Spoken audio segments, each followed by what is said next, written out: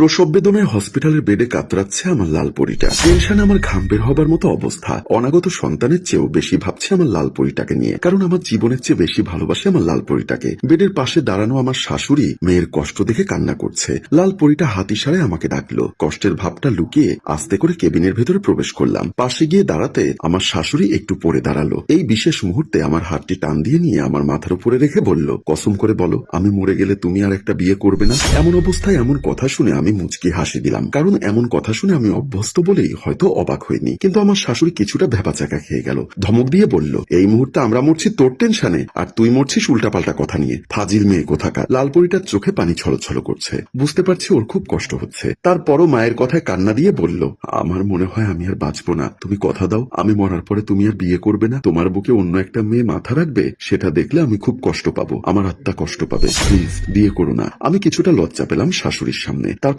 কাপা কাপা গলায় বললাম, আমি কথা দিচ্ছি আমি বিয়ে করব না। তুমি শান্ত হও। এমন সময় নার্স এসে বলল, আপনি বাহিরে যান। আমি সামনে পা বাড়াতেই আবার আমার হাতটি টান দিয়ে ধরে বলল, প্লিজ বিয়ে করো না। আমার শাশুড়ি মেয়ের এমন পাগলামি দেখে মুচকি হেসে শাড়ির আঁচলে মুখ লুকালেন। লাল পরীটার এমন সন্দেহ করাটাও আমার ভালো লাগতো। ইচ্ছা করছিল শক্ত করে একবার জড়িয়ে ধরতে, কিন্তু সবার সামনে পারলাম না। শুধু ফ্যালফ্যাল করে তাকিয়ে রইলাম। আর মনে পড়ল কিছুদিন আগের কথা। রাত 2টো বাজে। হঠাৎ কান্নার আওয়াজে ঘুম ভেঙে গেল। লাফ দিয়ে উঠে দেখি ইভা বসে কান্না করছে। আমি জড়িয়ে ধরে বললাম, কান্না করছো কেন, কি হয়েছে? কোনো উত্তর দিচ্ছে না। কান্নার মাত্রা যেন আরো বেড়ে গেল। আমি বললাম, ময়না পাখি আমার, কি হয়েছে তোমার? তুমি কি কোনো বাজে স্বপ্ন দেখেছো? সেজন্য কি কান্না করছো? সোনা পাখি কেন ডাকলে? বলে আবার কান্না শুরু করলো। আমি আমতা আমতা করে বললাম, লাল পরি আমি তো তোমাকে সোনা পাখি বলেই ডাকি। তুমি তোমার নতুন বউকে কেন সোনা পাখি ডাকলে? আমি টাসকি খেলাম এমন উদ্ভট কথা শুনে। মনে মনে বললাম, কি বলছে? আমি নতুন বউ কোথায় পেলাম? সাহস করে আমতা আমতা করে বললাম, তা আমার নতুন বউটা কোথায় দেখলে? আমি মারা যাবার পরে তুমি আবার বিয়ে করবে, তাকে সোনা পাখি বলে ডেকেছো, ময়না পাখি বলে ডেকেছো,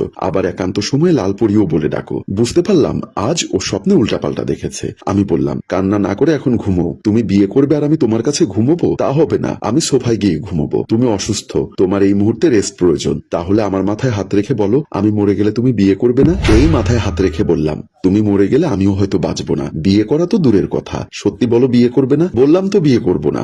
আচ্ছা বলে আমাকে শক্ত করে জড়িয়ে ধরল।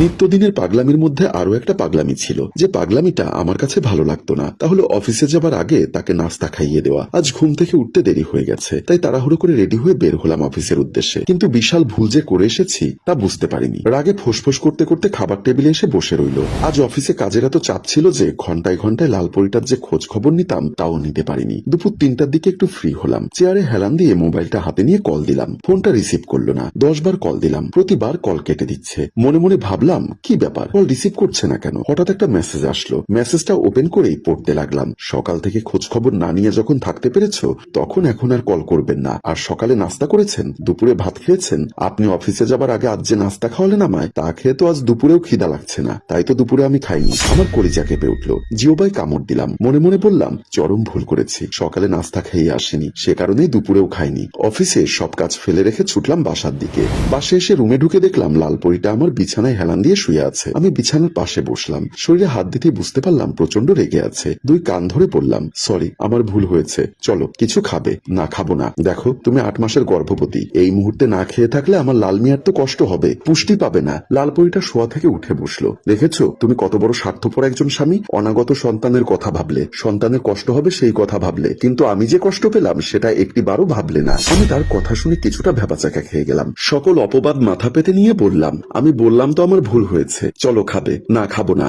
আমিও কিন্তু সকাল থেকে কাজের চাপে পড়ে পানি ছাড়া কিছুই খাইনি, চলো একসাথে খাবো। কি বললে? তুমি কিছু খাওনি? সত্যি বলছি আমি কিছুই খাইনি। তাহলে চলো একসাথে খাবো। বলে রুম থেকে বের হলাম। পাশের ফ্ল্যাটে নতুন ভাড়াটিয়ার স্ত্রী আশা আমাদের বাসায় একটু ঘন ঘন আসতো। আমাকে দেখে খুব হাসি মুখে কথা বলতো। আমি সৌজন্যবোধ ও আন্তরিকভাবে কথা বলতাম, কিন্তু এখানেও সন্দেহ ছিল। দূরে দাঁড়িয়ে দাঁড়িয়ে একটু আড়াল হয়ে আমার লাল পরীটা এগুলো দেখতো আর তেলে বেগুনে চলতো। আশা ভাবি তার বাসায় চলে যাবার পর আমার পাশে এসে রাগান্বিত হয়ে বলেই ফেললো, আমি মনে হয় বুঝি না কেন যে বারবার আমাদের ফ্ল্যাটে আসে, তোমার খোঁজ খবর নেয়। আমি বললাম, কেন ন্যাকামো করছো? আমার মনে হয় আমাদের বিয়ের আগে আশা ভাবির সাথে তোমার সম্পর্ক ছিল, এখন আবার সেই ভালোবাসার পালে হাওয়া লেগেছে। আমি আজ আর নিজের রাগ কন্ট্রোল করতে পারলাম না, কষে একটা চড় বসিয়ে দিলাম। লাল পরীটা গালটা চেপে ধরে আমার দিকে তাকিয়ে রইল। দিন দিন তোমার সন্দেহ করার মাত্রা বেড়েই যাচ্ছে। যে আমার সাথে কথা বলছে তাকে নিয়েই সন্দেহ করছো, উল্টাপাল্টা কথা বলছো। তুমি ভালো করেই জানো আমি তোমাকে আমার জীবনের চেয়েও বেশি ভালোবাসি। এই মনটার মধ্যে তুমি ছাড়া আর কারো স্থান নেই। তারপরও সন্দেহ সন্দেহ সন্দেহ।